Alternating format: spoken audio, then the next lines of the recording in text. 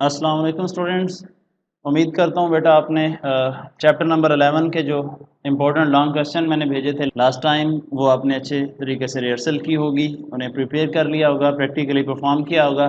आज से हम चैप्टर नंबर 12 लॉन्ग क्वेश्चन के हवाले से एक इंतहाई इम्पोर्टेंट और बड़ा इंटरेस्टिंग चैप्टर डिस्कस करने जा रहे हैं, लूप कंस्ट्रक्ट्स, जिसमें चैप्टर नंबर 11 के आगाज़ में हमने इसे रेपिटेशन के नाम से एक मेथड पढ़ा था कंट्रोल स्ट्रक्चर का।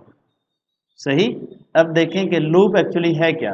लूप इज अ स्टेटमेंट और set of statements that are executed repeatedly is known as loop.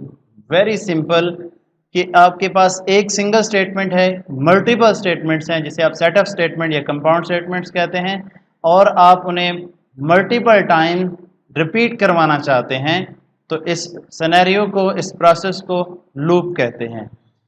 The structure that repeats a statement is known as iterative, repetitive और लूपिंग कंस्ट्रक्ट्स। ये different terms use करेगा कि जो statements repeat हो रही होती हैं उन्हें आइट्रेशन, रिपीटेशन या लूपिंग कंस्ट्रक्ट कहते हैं, या उन्हें आइटरेटिव, रिपीटेटिव और लूपिंग कंस्ट्रक्ट का नाम दिया जाता है। बच्चों, इसके मेजर दो पर्पसेज हैं। सबसे पहले तो एक स्टेटमेंट को या नंबर ऑफ स्टेटमेंट्स को specific number of times repeat करवाने के लिए, जैसा कि फॉर एग्जांपल आपने अपना ही नाम 10 बार, 15 बार, 5 बार, जितनी मरतबा मर्जी, यानी एक स्पेसिफिक नंबर ऑफ टाइम्स उसे रिपीट करवाना हो, या फिर किसी एक सीक्वेंस ऑफ वैल्यूज को आउटपुट स्क्रीन पे, डिस्प्ले स्क्रीन पे आपने प्रिंट करवाना हो, like first 10 whole numbers, first 10 natural numbers. ये एक सीक्वेंस नंबर्स की सीरीज बता रहा हूँ। जैसा कि किसी एक नंबर का टेबल ड्रा करना हो, तो बजाय इसके कि आप हर दफ़ा प्रिंट एफ की मदद से उन्हें अलग-अलग कोड करके दें, आप एक सिंगल प्रिंट एफ को यूज करते हुए with the help of loop, increment या डिक्रीमेंट ऑपरेटर का सहारा लेते हुए किसी किस्म का भी जितना बड़ा टेबल ड्रा करवाना चाहें इजीली ड्रा करवा सकते हैं।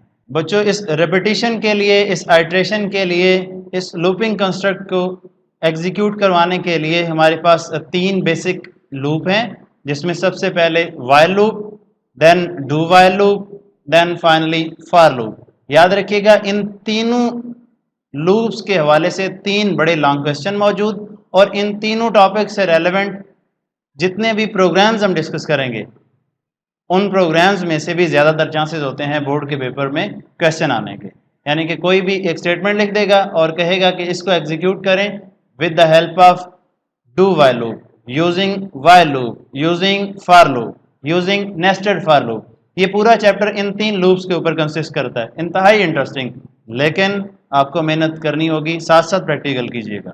चलिए पहले लूप की तरफ मूव करते हैं। सबसे पहले वाइल लूप। वाइल लूप एक इस तरह का लूपिंग कंस्ट्रक्ट है, एक इस तरह का रेपिटेटिव मेथड है बच्चों, जिसके अंदर हमें आइट्रेशन का पहले से पता होता है। मीन ये कि हमें कंफर्म होता है कि यूज़र ने इसे 10 टाइम एग्जीक्यूट करवाना है, 5 टाइम एग्जीक्यूट करवाना है, या फिर कितने टाइम एग्जीक्यूट करवाना है। सही। यानी कि ये कहाँ पे यूजफुल होगा, जहाँ पे नंबर ऑफ आइट्रेशन का, नंबर ऑफ रिपीटेशन का हमें पहले से पता होता है, देन हम वहाँ पे लूप कौन सा यूज करते हैं या कौन सा लूप प्रेफर किया जाता है, वाइल लूप। और इसकी जो एक्चुअल वर्किंग है बच्चों, इसमें सबसे पहले कंडीशन का हमें पता होता है, यानी कि पहले कंडीशन के ट्रू या फॉल्स होने की सूरत में ये लूप एग्जीक्यूट या फिर स्किप किया जाता है। मेन ये कि इसका जरा सिंटैक्स देखें। सबसे पहले वाइल कीवर्ड यूज होगा। वाइल कीवर्ड के साथ जैसे हम इफ यूज करते थे, पेरेंथेसिस के दरमियान हमने कंडीशन डाल देनी है, और कंडीशन के बाद अगर सिंगल स्टेटमेंट है तो देन आपने वो स्टेटमेंट डाल देनी है जिसको आपने उस कंडीशन के बिहाफ पे बार बार एग्जीक्यूट करवाना है। ओके, बार बार क्या करना है, एग्जीक्यूट करवाना है। मैं इसकी एक प्रैक्टिकल क्लास भी साथ ही आज ही अटैच करवाऊंगा ताकि आप लोगों को ये समझना और ज़्यादा आसान हो जाए। अब इसकी कंडीशन एक्चुअली क्या है, तो जिस तरह से हमने if statement, nested if statement हमने पढ़ी, सेम एज बच्चों कंडीशन आप रिलेशनल ऑपरेटर्स का, रिलेशनल एक्सप्रेशन का सहारा लेकर के less than, greater than, less than equal, greater than equal, double equal, not equal, यानी इन रिलेशनल ऑपरेटर्स का सहारा लेके हम कंडीशन बनाएंगे, और उसी कंडीशन के बिहाफ पे हम नंबर ऑफ आइट्रेशन को डिफाइन करते हैं, और उसी नंबर ऑफ आइट्रेशन के हिसाब से फिर जो हमारी बॉडी ऑफ लूप होती है जैसे कि बॉडी ऑफ कंडीशन था ना, यहाँ पे बॉडी ऑफ लूप होगी। मीन ये कि वो सिंगल स्टेटमेंट या सेट ऑफ स्टेटमेंट जिन्होंने एग्जीक्यूट होना होता है वो डिफाइन कर दी जाती हैं कि सर ये 10 टाइम रिपीट हो, ये 2 टाइम रिपीट हो, ये 50 दफ़ा रिपीट हो। तो वो जितना आप आइट्रेशन का नंबर बताओगे उतनी दफ़ा वो रिपीट हो जाएगी वैल्यू के हिसाब से। स्टेटमेंट सिंपली वो इंस्ट्रक्शन होंगी जो आपने एग्जीक्यूट करवानी होंगी, रिपीट करवानी होंगी, वो स्टेटमेंट कहलाती है। और बॉडी ऑफ लूप की अगर बात करें तो जिस तरह से बॉडी ऑफ प्रोग्राम होता है, बॉडी ऑफ कंडीशन होती है बच्चों, वाइल कंडीशन के फौरन बाद करली ब्रेस स्टार्ट और करली ब्रेस क्लोज के दरमियान जो भी इंस्ट्रक्शंस आप कोड करेंगे वो बॉडी ऑफ लूप कहलाता है।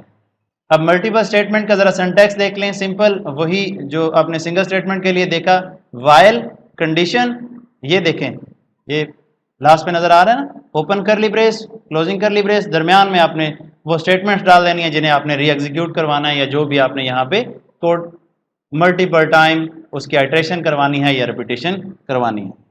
फ्लो चार्ट की मदद से बेटा इसकी वर्किंग को जरा डिस्कस कर लें। सबसे पहले कंट्रोल ट्रांसफर होता है कंडीशन के पास। अगर कंडीशन ट्रू हो तो देन बॉडी ऑफ लूप को या लूप बॉडी को या उन स्टेटमेंट्स को जो कंडीशन के अगेंस्ट आपने एग्जीक्यूट करवानी होती हैं, रिपीट करवानी होती हैं, वो एग्जीक्यूट हो जाती हैं। जैसे ही स्टेटमेंट्स एग्जीक्यूट हो जाती हैं यानी बॉडी ऑफ लूप एग्जीक्यूट हो जाती है तो उसके फौरन बाद कंट्रोल ट्रांसफर कर दिया जाता है कंडीशन से फौरन पहले, यानी कंडीशन के पास। देन फिर कंडीशन चेक की जाती है और अगर कंडीशन ट्रू हुई तो फिर उसने रिपीट हो जाना है, फिर कंडीशन ट्रू हुई तो फिर उसने रिपीट हो जाना है, यानी पूरी बॉडी ने एग्जीक्यूट होना है और कंट्रोल दोबारा कंडीशन से पहले, कंडीशन दोबारा चेक होगी फिर उससे पहले। जब तक कंडीशन ट्रू होगी तब तक ये आइट्रेशन यानी लूप यानी कि रिपीटिशन ये होती रहेगी। और जैसे कंडीशन फॉल्स होगी तो बॉडी ऑफ लूप टर्मिनेट कर जाएगी, स्किप हो जाएगी और उसके फौरन बाद अगर कोई पोर्शन, कोई ब्लॉक ऑफ कोड एग्जीक्यूट होना होगा तो एग्जीक्यूट होगा, अदरवाइज पूरा प्रोग्राम क्या कर जाता है, टर्मिनेट कर जाता है। और अगर किसी प्रोग्राम के अंदर, किसी लूप के अंदर कोई एंड पॉइंट नहीं है, मीन ये कि कंडीशन आपने कुछ इस तरह से एडजस्ट कर दी कि उसकी एंडिंग वैल्यू ही नहीं है, उसकी एंडिंग वैल्यू यानी आपने कंडीशन इस तरह से सेट की कि पता ही नहीं चल रहा कि प्रोग्राम को समझ नहीं आ रही कि उसने कितनी दफ़ा रिपीट होना है, तो देन इस तरह के लूप को आप इन्फिनाइट लूप क्या नाम देते हैं। मेन ये कि जिसे एंडिंग पॉइंट का नाम पता हो वो इन्फिनिटी की तरफ चला जाता है, वो एग्जीक्यूट होता रहेगा जब तक आपका सिस्टम ऑन है और आपकी वो एग्जीक्यूशन विंडो चल रही है, डिस्प्ले स्क्रीन पे वो रिजल्ट बार बार जनरेट करता रहेगा और एग्जीक्यूशन उसकी चलती रहेगी। जैसे आप मैनुअली उसे टर्मिनेट करेंगे तो होगा, अदरवाइज लूप एंड होने वाला नहीं। और इस तरह के लूप को हम क्या कहते हैं, इन्फिनाइट लूप। लाइक एक एग्जांपल जरा हम डिस्कस कर लेते हैं। बच्चों कहता है कि following example display Pakistan for 5 time using while loop. अब ये यूजिंग वाइल लूप पे जरा फोकस कीजिएगा कि हम वाइल लूप के बाउंडेड हैं, वाइल लूप को यूज करते हुए प्रोग्राम कोड करेंगे जिसकी मदद से एक्चुअली हम पाकिस्तान लफ्ज को, इस स्ट्रिंग को बार बार रिपीट करवाएंगे और हर दफा नई लाइन पे 5 दफा हमने प्रिंट करवाना है। देखिएगा किस तरह से। मेन फंक्शन के अंदर आ जाएं जी। यहाँ पे आइट्रेशन के लिए जिस काउंटर को आपने यूज करना है उस वेरिएबल का यहाँ पे नाम डाल दीजिएगा, उसकी इनिशियलाइजेशन करवा देंगे। इनिशियलाइज टाइम पे आपने बता देना है कि ये लूप स्टार्ट कहाँ से होगा। मीन ये कि यहाँ पे आप 5 डाल दें, 10 डाल दें, जितनी दफ़ा रिपीट करवाना होगा वो स्टार्ट कहाँ से होना है, लूप की इनिशियल वैल्यू आपने यहाँ पे कोड कर देनी है।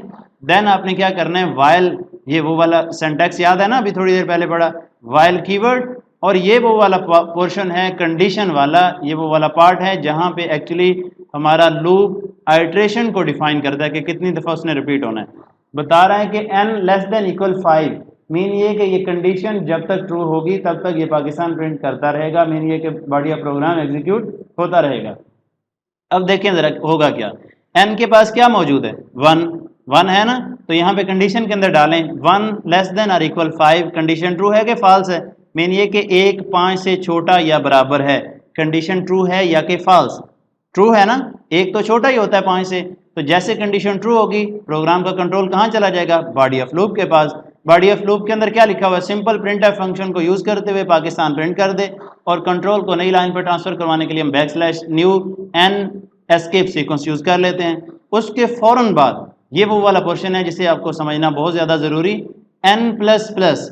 अब ये n++ क्या है, एक्चुअली ये इसी n वेरिएबल की वैल्यू को 1 by 1 करके इंक्रीज करेगा। और हर दफ़ा इंक्रीज करने के बाद कंट्रोल ट्रांसफर कर दिया जाएगा दोबारा यहाँ पे कंडीशन के पास।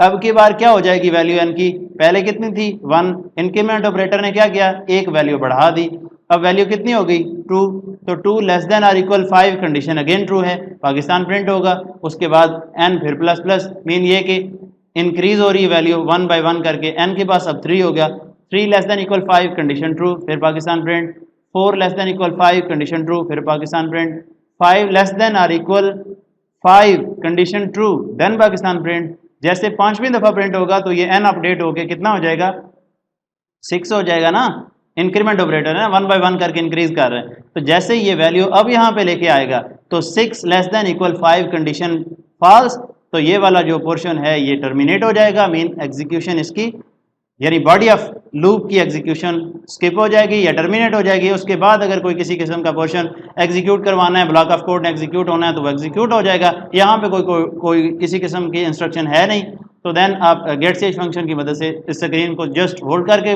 रखते हैं और जैसे ही आप कोई की प्रेस करेंगे तो ये फौरन से पहले एग्जीक्यूशन इसकी टर्मिनेट हो जाएगी। कुछ बात पल्ले पड़ी कि इसकी एग्जीक्यूशन या इसका फ्लो कैसे होता है। इसी से रिलेटेड बेटा ये 12.1 प्रोग्राम ज़रा देखें, इंतहाई आसान, write a program that display counting from 1 to 10 using while loop, यानी एक ऐसा प्रोग्राम कोड करें जिसकी मदद से आप काउंटिंग करवाएंगे 1 से लेकर 10 तक यूजिंग व्हाइल लूप। ज़रा डिबगर की तरफ मूव करें। प्रोग्राम डिस्कस करने से पहले बच्चों मैं ज़रा सिंटैक्स को रिपीट करवा दूँ, नई विंडो पे आ रहे हैं। यहाँ पे सबसे पहले आपने क्या करना है, वाइल कीवर्ड यूज़ कर लेना है। वाइल कीवर्ड के बाद ये ब्रेंसेस डाल दीजिएगा। यहाँ पे बच्चों आप क्या करेंगे, कंडीशन अप्लाई कर देंगे। क्या करेंगे जी, कंडीशन अप्लाई कर देंगे। उसके बाद ये आपकी बॉडी ऑफ लूप, यहाँ पे बेटा स्टेटमेंट्स आपने डाल देनी है। स्टेटमेंट आप अगर सिंगल यूज़ कर रहे हैं तो देन ये आपका सिंगल स्टेटमेंट के हवाले से सिंटैक्स कंप्लीट हो गया। व्हेन एवर अगर मल्टीपल कंडीशंस हैं तो बच्चों मल्टीपल कंडीशंस के लिए आप यहाँ पे स्टेटमेंट्स को इंक्रीज़ कर दें, यानी ये स्टेटमेंट 1 है और इसी स्टेटमेंट को जस्ट कॉपी कर रहे हैं जी। लीजिए आपका कंपाउंड कंडीशन के हवाले से इसका सिंटैक्स कंप्लीट हो गया। बस समझ आ गई। अब ज़रा प्रोग्राम की तरफ मूव करें। Write a program that display counting from 1 to 10 using while loop. अब इसमें सबसे पहले आपने इंटीजर डाटा टाइप का कोई n वेरिएबल ले लिया। अब हमने इंटीजर क्यों लिया बच्चों, ये देखें प्रोग्राम कहता है कि 1 to 10 वैल्यू आपने प्रिंट करवानी है और जब आप काउंटर की बात करेंगे यहाँ पे हमें 3 चीज़ों की ज़रूरत होगी। किन चीज़ों की, 3 चीज़ों की। सबसे पहले तो कंडीशन की, नंबर 2 इंक्रीमेंट डिक्रीमेंट ऑपरेटर की, नंबर 3 उस वेरिएबल की जिसने कंडीशन के अंदर यूज़ होना है। अब वो वेरिएबल कौन सा होगा, तो बच्चों जब वैल्यूज़ आप एक करके इंक्रीज करवा रहे होंगे तो देन वो काउंटर वेरिएबल 1 by 1 इंक्रीज होने वाला इंटीजर का होगा। तो इसीलिए हमने इंटीजर डाटा टाइप का कोई एक वेरिएबल डिक्लेयर करवा लिया। वो ए हो सकता है, बी हो सकता है, सी हो सकता है, हमने यहाँ पे एन डाल दिया।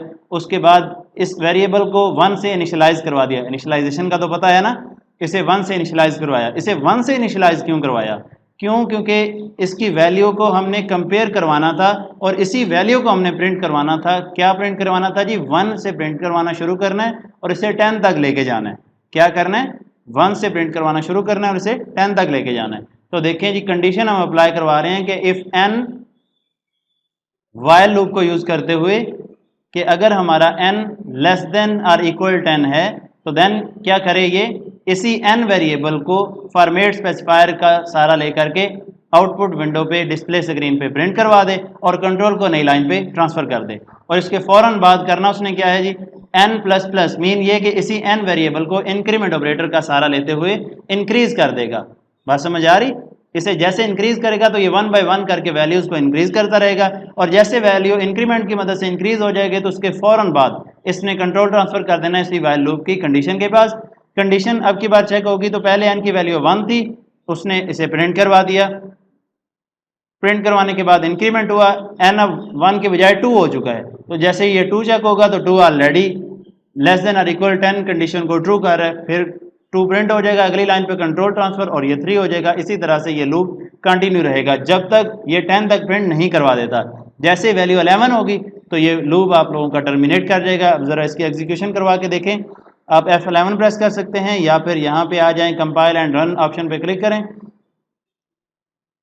लीजिए आपका प्रोग्राम एग्जीक्यूट हो गया। ये देखें जरा 1 2 3 4 5 6 सो ऑन टू 10, तो ये उसने वैल्यूज़ को प्रिंट करवा दिया। अगर वाज़े नज़र नहीं आ रहा तो हम एस्केप सीक्वेंस \T यूज़ कर लेते हैं ताकि इसकी वैल्यू ज़रा वाजे हो जाएं।